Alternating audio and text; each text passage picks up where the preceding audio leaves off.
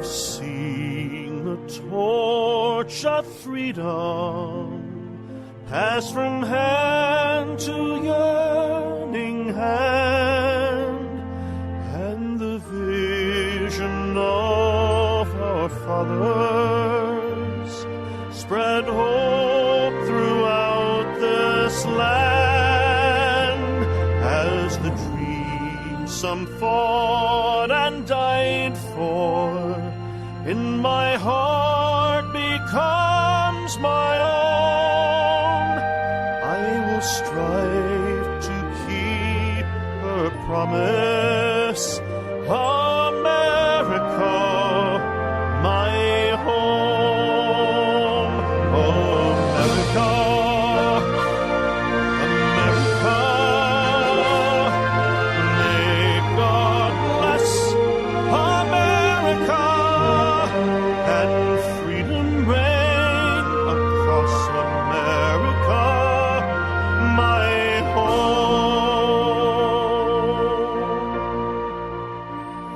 From the shorelines to the prairies, to the cities great and small, we have reaped the fruits of justice and liberty for all.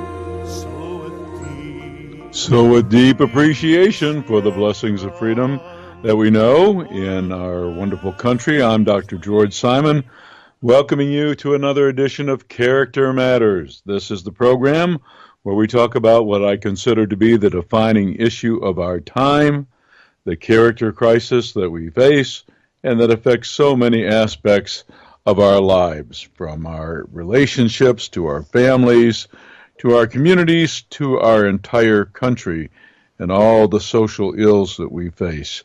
Nothing is more important, and that's why I write about it and blog about it, and published several books regarding it. And I'm going around the country right now training fellow therapists to be aware of it and how to help with the problem. It's been my career for the better part of the last 36 or 37 years, and I've enjoyed that work immensely, watching people develop and grow in character and helping folks deal with toxic relationships and overcome the hurdles associated with having been in such a relationship. And if you want to join the conversation tonight, the number to call is 718-717-8296. That's 718-717-8296. Happy to take your call. Happy to have you join the conversation. We're going to be talking about a lot of things tonight as we get closer and closer to a really crucial election for our country. Our country is in some kind of a state here. I never thought in my adult life that I would witness a choice that we have like the one we have before us coming up here in just a few weeks. It's really sobering to think about it, to think about what we face and the deep divisions that are really threatening to tear us apart, and how badly we need to bridge some gaps, some serious gaps that we have between us, and mend some fences and open some lines of communication and reach some common ground. But I don't see that happening anytime soon. As a matter of fact, I think probably things need to get a little worse before they get better. But I am still hopeful. I'm confident ultimately in the spirit of the American people. We are a pretty independent sort, and we value our freedoms. And as the theme song that plays at the beginning of the program, and at the end of the program, as the message it sends has to do with the interdependence of our freedom and character. I think more and more folks are realizing that, and the importance, therefore, of us really paying attention to our character problems, because this whole enterprise works and works well when people with a solid internal moral compass, with solid personal ethics, when they're left alone, they tend to prosper, and the country tends to prosper along with them. And that's the whole foundation, really, of a healthy, free society. And that's the message of the song that you hear play at the beginning, at the end of the program. And I'm a firm believer in that. And one of the reasons we're having so many problems right now is because character at the individual level has unfortunately frayed. It's deteriorated to the point that it's jeopardized so many aspects of our socio-cultural life. And that's why I've spent the better part of 36, 37 years helping people work on their own personal character, because that's where the foundation of a strong and great society lies. You know, if we are decent ourselves, and then we are decent within our intimate relationships, and we're decent within our family structure, then we're solid as a community, and we're solid as a country. But it all starts at the individual level, and that's where problems have been so widespread over the past couple of years. So toward those ends, I've devoted my career toward helping people build better character. And toward those ends, I've been writing about it, hundreds of articles on my own blog at manipulative-people.com, and on the popular blog based in the UK, Psychology, Philosophy, and Real Life, at counselingresource.com. That's counseling with two L's, resource.com. And in my books, In Sheep's Clothing, Understanding and Dealing with Manipulative People, best-selling book in many languages that that many folks regard as the definitive book on how to understand and get along with and deal with effectively, from a position of empowerment, the manipulators in your life. And my book, Character Disturbance, The Phenomenon of Our Age, the book that explains all the various disturbed character types you're likely to encounter in your life, how to understand them, and how to deal with them, and also what to look for in the way of the kind of counseling that can help you manage and deal with the problem. And also my book for the Christian faith community, The Judas Syndrome, a book that talks about how genuine faith in action can truly transform a life. And then my book with Dr. Kathy Armistead, How Did We End Up Here? The Toxic Relationships Survival Guide, Guide to Surviving and Thriving in this character-disordered world of ours. So that's what I've devoted my professional career to, and I'm happy to say that along the way, I've found many people who have empowered themselves in abusive, manipulative, and other character-disturbed relationships, and I've even witnessed many impaired characters grow into better, more decent human beings, and I'm so happy about that. Nothing brings me greater joy than to see someone grow in character. And toward those ends, I've also been conducting professional workshops across the country, sponsored by Cross Country Education. You can get information about those workshops either at the crosscountryeducation.com worksite or my blog site at manipulative-people.com, and see where I'll be presenting next. But been traveling around the country and having a wonderful time. I'm going to be talking about that on tonight's program. Having a wonderful time meeting with a great deal of positive reception from therapists of all persuasions who are on the front lines of dealing with the phenomenon of our age, character disturbance.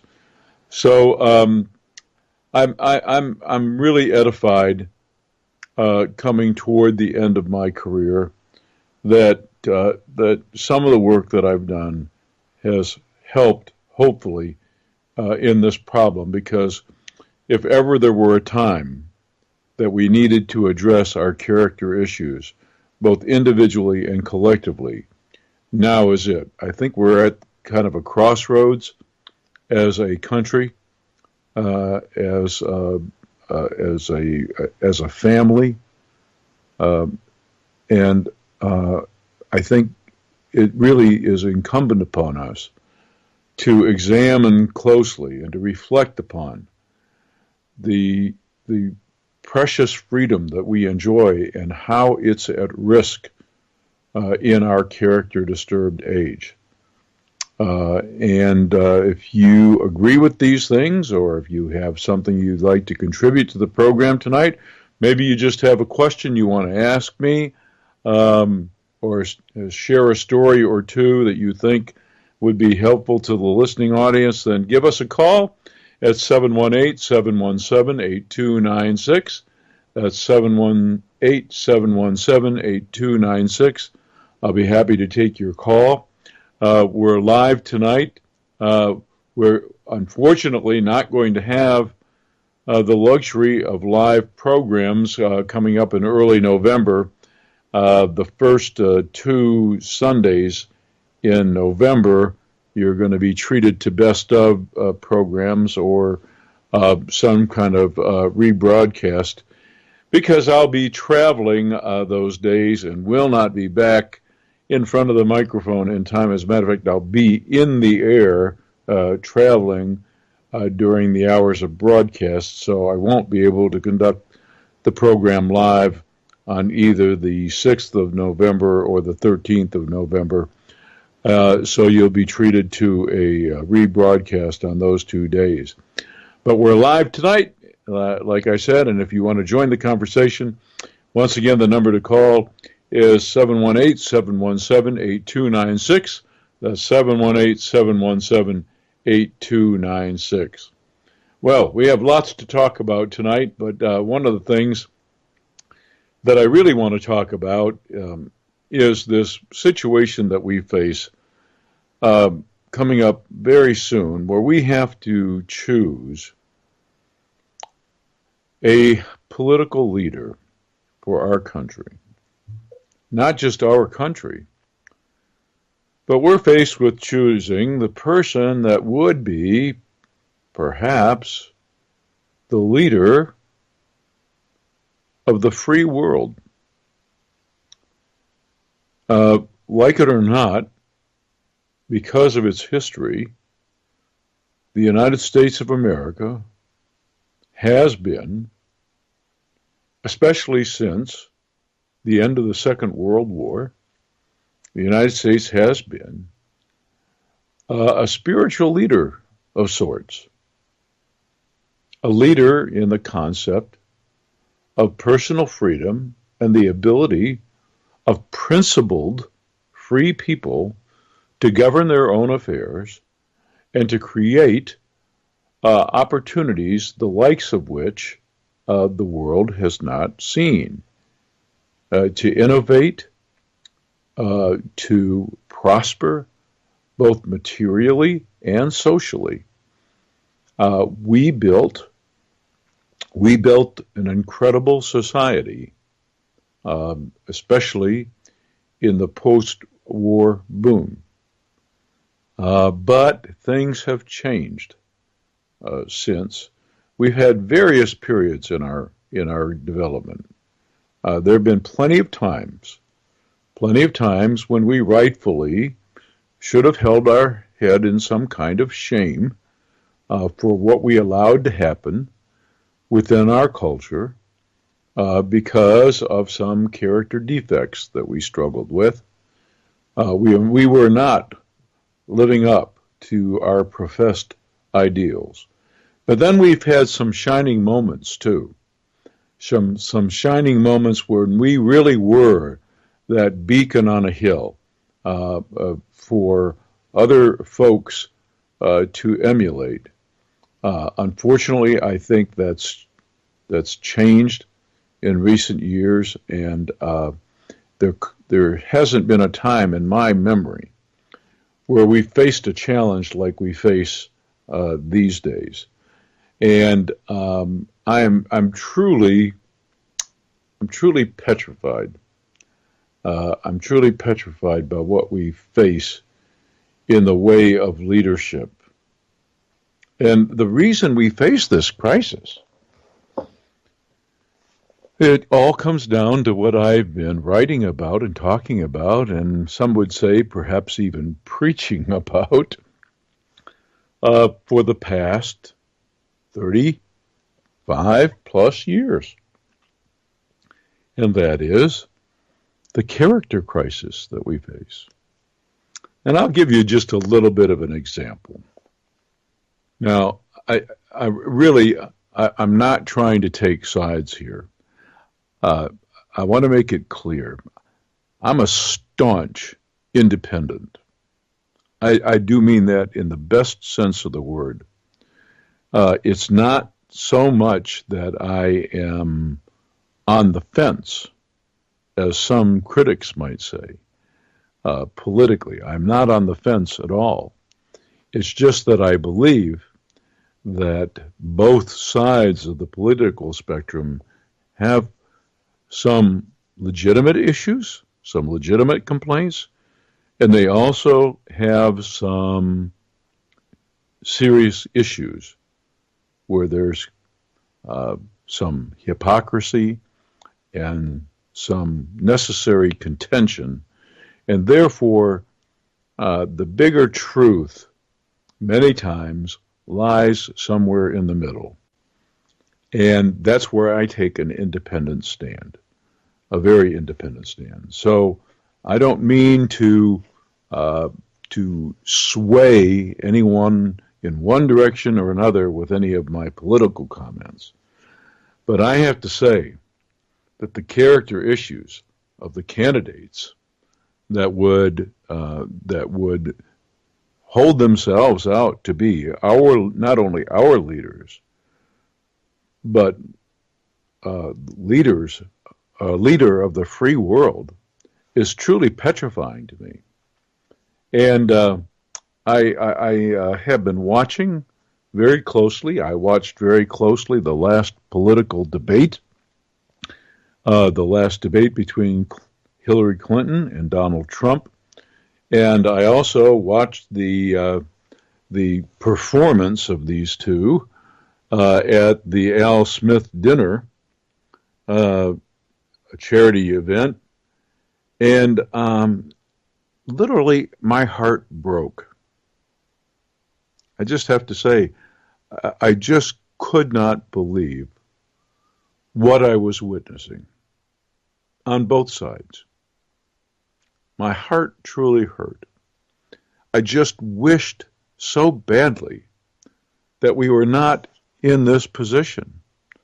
My heart ached for our country so badly. I mean, I love this place. I really do.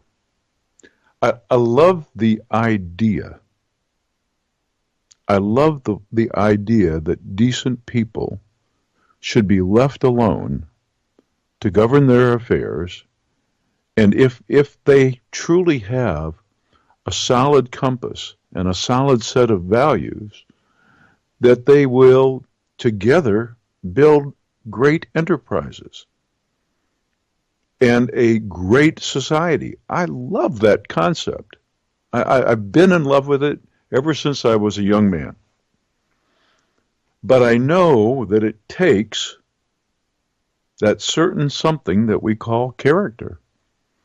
And when I think about all the influences in my life that were necessary to help me develop some character of my own, I'm so grateful that I had those influences. And it really pains me to know that in so many cases, those influences are absent for so many individuals, and they don't really have a fair chance.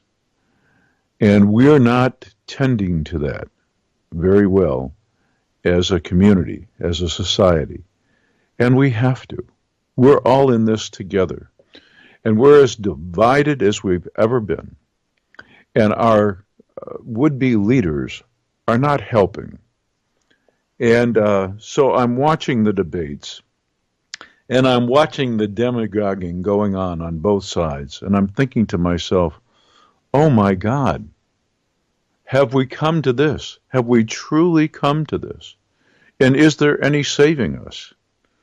And then I watched this dinner, and I don't mean to pick on one candidate over the other too much, but at one point when I was listening to Mr. Trump, it was truly painful because there came a certain point. It's a historically the dinner, the Smith dinner is historically a time for folks to poke fun and to get in some jabs, all in some good humor. I mean, that's what humor is all about sometimes. You have to be able to make a little fun of yourself, and you have to be able to take a few barbs here and there if you're the other person on the receiving end. But then, decent folks with a solid internal moral compass, who have sufficient empathy for other human beings and have sufficient genuine care and concern, folks like that will know where the line is that you don't cross from going on to good-natured humor and some gentle barbs that poke at some harsh realities, but that are not mean and unnecessarily cruel. They know where that line is. And I watched as Mr. Trump crossed those lines, and you could see it coming. You could see it coming, and you'd say to yourself, at least I said to myself, oh, dear God, please don't go there. I can see you going there. Have the good sense not to go too far. But you could see it coming, and I'm tempted to say he couldn't, but the truth is he simply wouldn't not cross the line. And that's the very definition of impaired character. I also witnessed shameless capitalization on that, the shameless use of sentimentalism, the shameless use of emotional manipulation on the other candidate's part to capitalize that and aggrandize herself, build herself up. So, it was hard to watch the whole thing. And I said to myself, we're about to entrust power, a great deal of power, to one of these two characters. And my heart just sunk. I just can't say it any more than that. I can't say it any clearer than that. I don't think I've ever faced being in such a position in my adult life. I've never felt this awful. I've never felt so little respect and so little genuine admiration in my life for any two people. It's really sad. It is truly sad. I mean that sincerely. I find it really sad. And, you know, folks, I have my own deficiencies of character. I have my own. I struggle every day to be a better person. That's the truth. I wish I could get some sense. I wish I could get some sense that in any of these folks holding themselves out, that were also the case. I actually do think that a couple of the folks that have been in this have had that degree of character. Unfortunately, the fact is that they're not the ones with any chance of winning. And there's a statement there, too.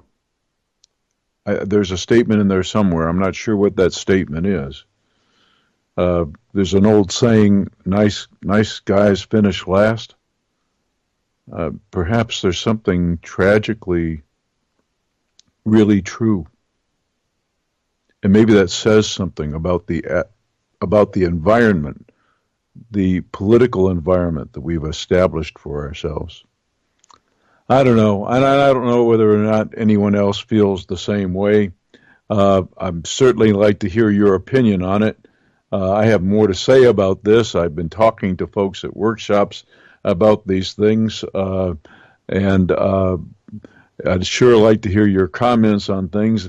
If you want to give us a call, the number to call is 718-717-8296. That's 718-717-8296. I'll be happy to hear your comments and your take on things.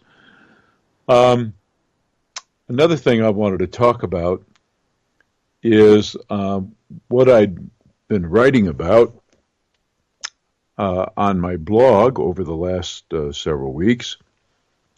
I've mentioned before that I've been working on the final edits to a book that I've been meaning to put out there for a long time. My former editor at one of the publishing houses that published one of my books, and who has now been my co-writer on one book and hopefully will be on a book yet to be released, really urged me to write this book because I recognized something a long time ago in my work with all of the impaired characters that I've worked with in my clinical practice as a therapist for all these many years.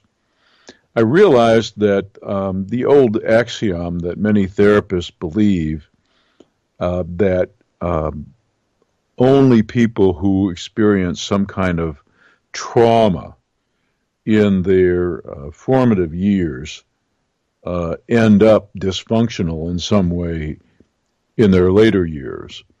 And I realized that this is just not true. I realized early on in my work, and it just was confirmed for me over and over again, the more experience that I got as a therapist, that trauma can indeed arrest a person's character development.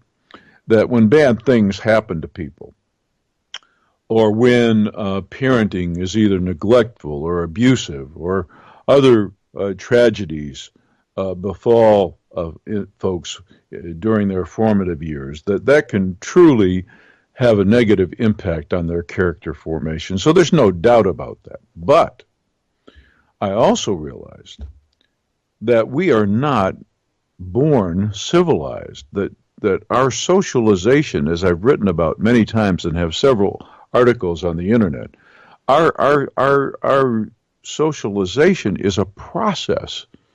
We are natural heathens. We are naturally born uncivilized, and we have to learn basically how to function socially. and how to function in an adaptive way socially. So even though trauma can indeed uh, arrest a person's character development, trauma is not the only thing that leads to bad character formation. The other more insidious thing is that many times people don't get. It's what doesn't happen to them. It's what they don't get in the way of solid character formation guidance that leads to their later life dysfunction. So it's not just what happens to a person of a negative nature, but what doesn't happen in their lives in a positive shaping way that can lead a person to become pretty dysfunctional in their young adult life. And toward those ends, I felt compelled to research and define what I consider to be the most essential life lessons that a person has to learn if they're going to turn out really decent in character. And toward those ends, I came up with what I affectionately call the 10 Commandments of Character Development. And I wrote about them briefly in my book, Character Disturbance, which you can get from Amazon, or you can write me through the blog, or download on Kindle, or read some of the articles I've put out on the internet about them. But my co-author, Kathy Armistead, Dr. Armistead, suggested that I really expand upon those commandments of character development in a book, which is about 80% completed. But because I've been traveling so extensively, doing workshops all across the country, I have not been able to finish the editing of this book. And I've mentioned several times on the air how badly I'd like to get this book out there. And I'm sorry to say that it's not going to be anytime soon. Is probably not going to be until the end of the year that is finally ready to go to press. And I sure hope that is the case, because next year when I start my next round of workshops, I would sure like the book to be available, at least. And I'll just have to keep you informed as to how things are going. But I've got a series going on the blog where I've been kind of previewing these commandments of character and what to expect in the book that will be released eventually on this topic. And we're up to commandment number 7. So I would encourage you to go to the blog at manipulative-people.com and avail yourself of the articles that I've written over the past couple of months. Tell me what you think. I'd be happy to hear your comments on that. I see we have a call that's trying to come in, but once again, I can't accept the call because it's not coming through the proper way. So I would ask the caller, it looks like an Arkansas caller, I would ask the caller to please try again at 718-717-8296. That's 718-717-8296, and I will be happy to take your call.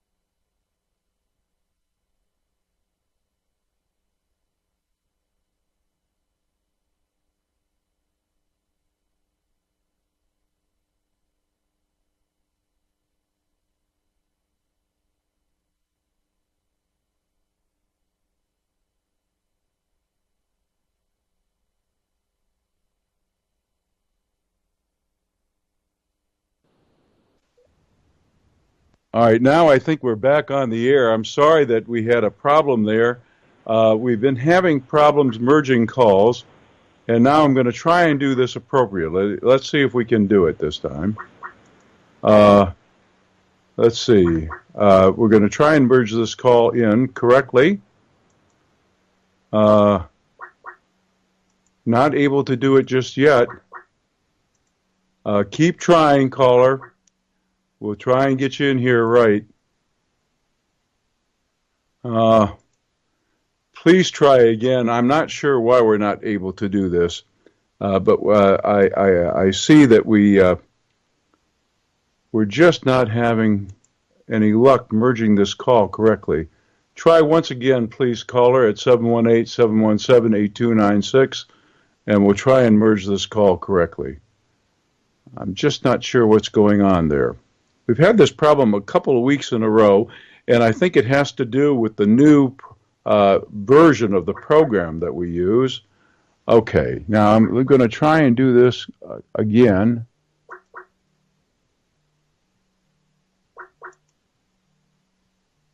We're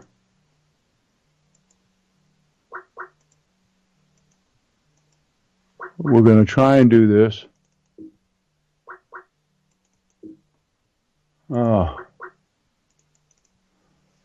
Keep trying, folks. We're not having any success. I'm kind of at a loss.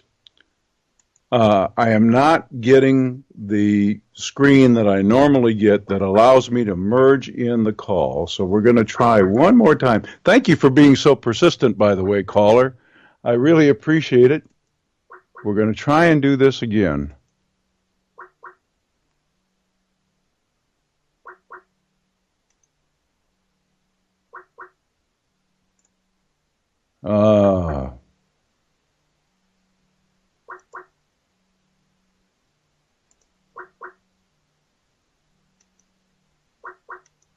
Oh my. Well, folks, I'm just so sorry. I'm really so sorry. We're going to have to figure out a solution to this. For a moment, it looked like I was going to be able to do it, and I really apologize. Thank you for being so persistent. We're going to keep trying this. Let me see if I can do it this way.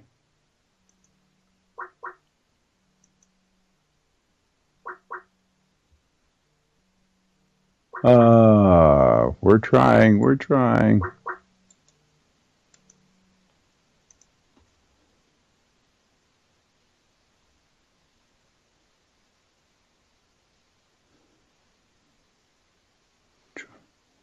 Let's try one more time, caller.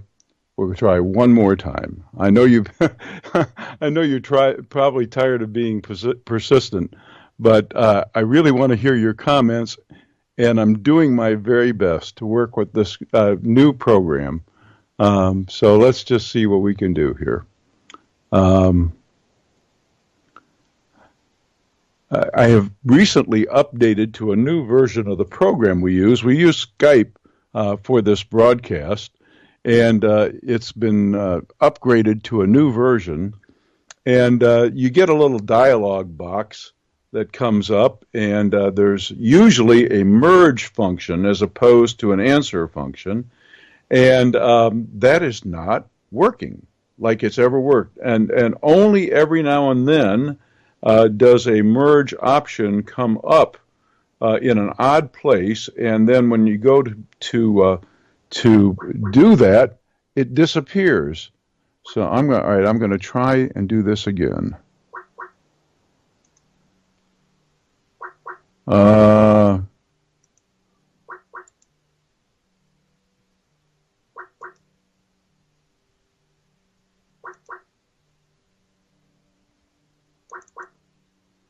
Oh, I'm trying desperately here.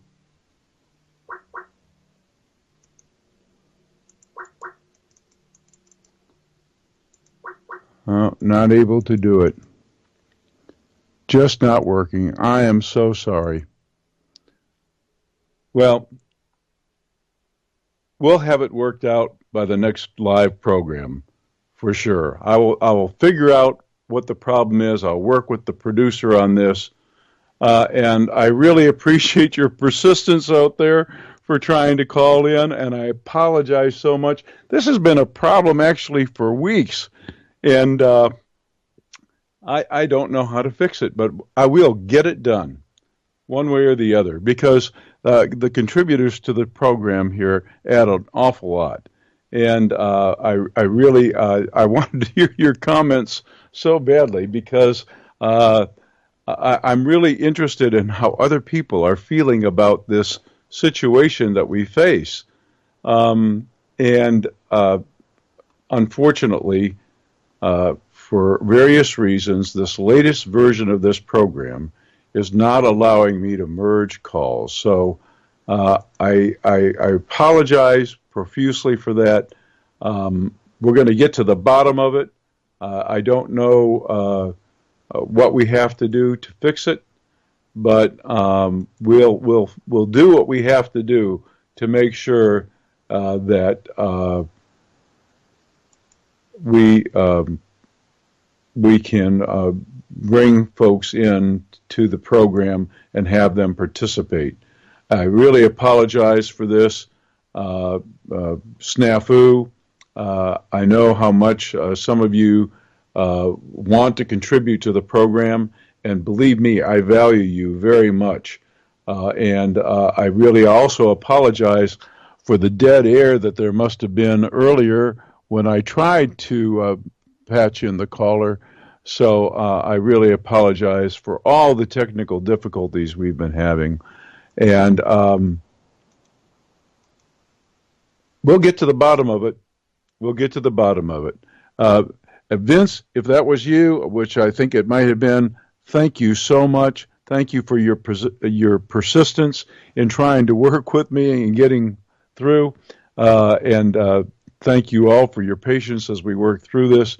We'll get to the bottom of it and we'll resolve it, because I really want folks to be able to participate in the program. Getting back to what we were talking about. One of the problems that we face in our culture these days is this ever-present narcissism. And when I'm doing training workshops and dealing with clinicians who have to work with this problem, with narcissism in their clients, we talk about the fact that by definition, a narcissistic personality disorder, by definition, has to be a degree of narcissism so extreme or so deviant from the norm and so inflexible that it causes a person to completely dysfunction. It causes the person so much dysfunction that they can't operate in the world successfully. And unfortunately, narcissism is so prevalent in our culture that it's just not that deviant from the norm anymore.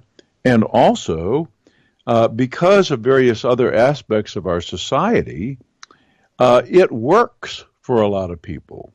And as a matter of fact, within some kinds of corporate cultures, within some kinds of business environments, it's actually fairly adaptive. And because of that, it's very hard to, within our traditional frameworks, it's very hard to actually say that someone who's got a problematic level of narcissism is really, in fact, suffering from a personality disorder. So I've been very, very careful about making those kinds of armchair judgments uh, for a wide variety of reasons, but not the least of which is that by definition, um, because a disorder has to be so deviant from the norm, um, unfortunately, narcissism is not very deviant from the norm anymore. As a matter of fact, it's probably the new norm. And that's not to say that it doesn't carry with it plenty of problems. And we've we've learned some things. We've learned some things in recent years that my clinical research in the early years told me a long, long time ago. And that is that there are certain things that really contribute to somebody developing a fat head. And among these are people getting a lot of recognition and praise and reward for the things that they can't legitimately claim credit for, namely their natural endowments and gifts. You know, folks who are smart or who have other gifts or who have been the benefit of privilege and know that they have a lot going for them, and perhaps they've even been successful to a certain degree in getting some of the things that society values. It's very easy for such folks to develop a pretty big head about things. They get to thinking they're all that because they have these gifts, these talents, and they've been somewhat successful. Well, self-esteem is not self-respect. This is something I teach in my books, and I try to instill in the therapists that I train at my workshops. And the two things develop from something entirely different. A person develops their self-esteem based on what they know they have going for them, whereas self-respect is something entirely different. It derives from what we have done with what we have been given. It's all about how we have conducted ourselves within the social arena. It's about what we have made of ourselves as a person, what kind of character we've formed, how we've conducted ourselves in our relationships, what we have contributed to society, what meaningful impact that we've had. That's what self-respect is all about. Now, the disturbed characters among us, their self-esteem is inflated, whereas their self-respect is lacking. Their self-esteem is inflated primarily because they value those things that they can't legitimately claim credit for. The only thing they can legitimately claim credit for is how they've conducted themselves. And many times they haven't conducted themselves in a way that's truly laudatory. So they may be inflated in self-esteem and lacking in self-respect as well they should be. And the antidote to this big head that so many individuals struggle with today, the antidote is just exactly what your grandmother and grandfather always told you. The antidote is gratitude. Because gratitude for all that we have been given is what leads to some degree of humility of heart. You know, it's the indebted heart, it's the grateful heart, it's the grateful heart that can feel a sense of indebtedness to all that they have been given. I'll repeat that. It's the grateful heart that can feel a sense of indebtedness for all that they have been given in life, from all the good fortune, for all the gifts, for all the privilege, for all the opportunity. It's the grateful heart that can feel indebted to all of this or for all of this.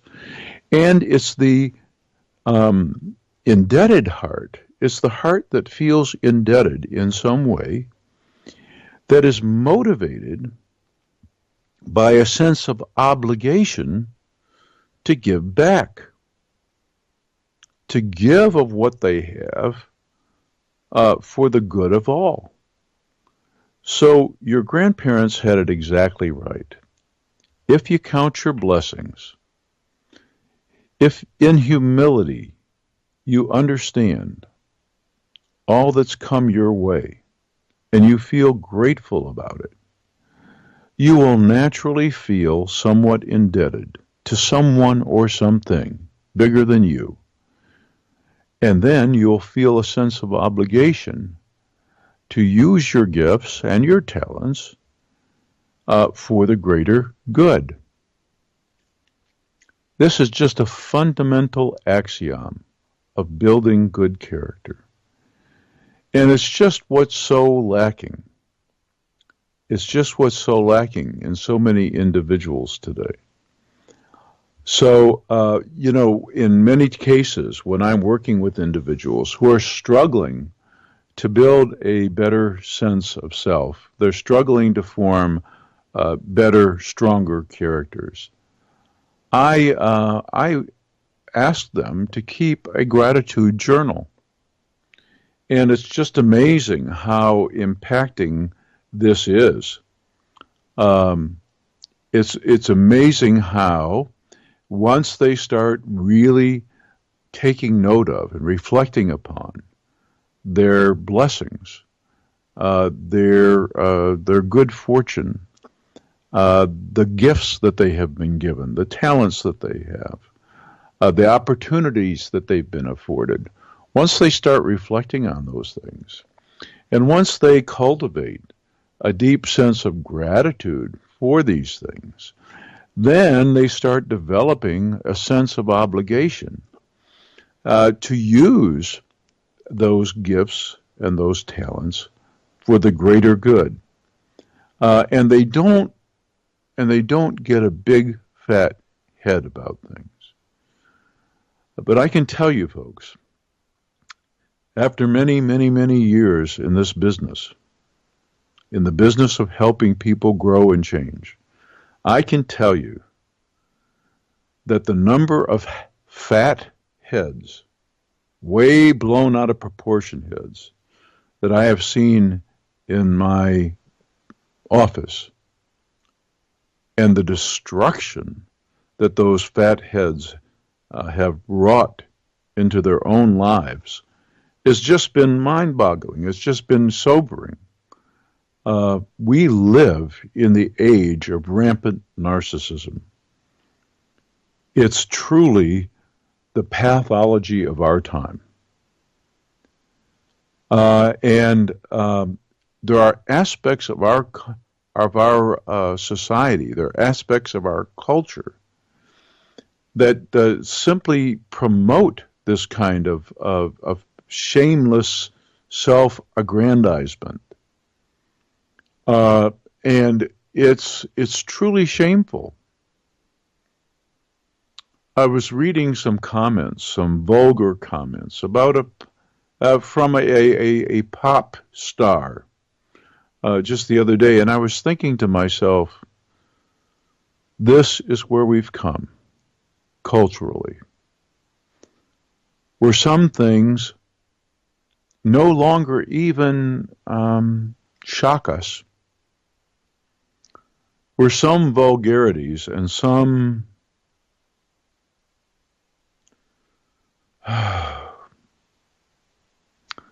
truly debasing human behaviors no longer shock or offend us, and where we've come to expect this grandiose behavior, not only this self-aggrandizing behavior, but this self-focused, egocentric uh, sense of entitlement that governs so much of the behavior that we see plastered all over when we go to the movies or we watch TV, especially so-called reality TV. And it's a sad, sad statement on our times, which is why I will continue to write and speak about it, and why I will continue to do what I do with regard to encouraging people to come back to to the basics of decency that will help restore not only our individual character, but will help us build the kind of relationships, the kind of families, the kind of communities that will truly make us great again as a country. Um, you know, I hope you're listening, Mr. Trump, because I want to do my part. I don't think I have the ability to make America great again. I'm not that grandiose. But I want to do something to help foster some greatness to this place that I love. And I know that the way to do that is not by building walls or building divisions or creating divisions, but by changing hearts and encouraging hearts. And with that, I encourage you to tune in again next for another edition of Nice and I hope we have problems solved. Take calls next time.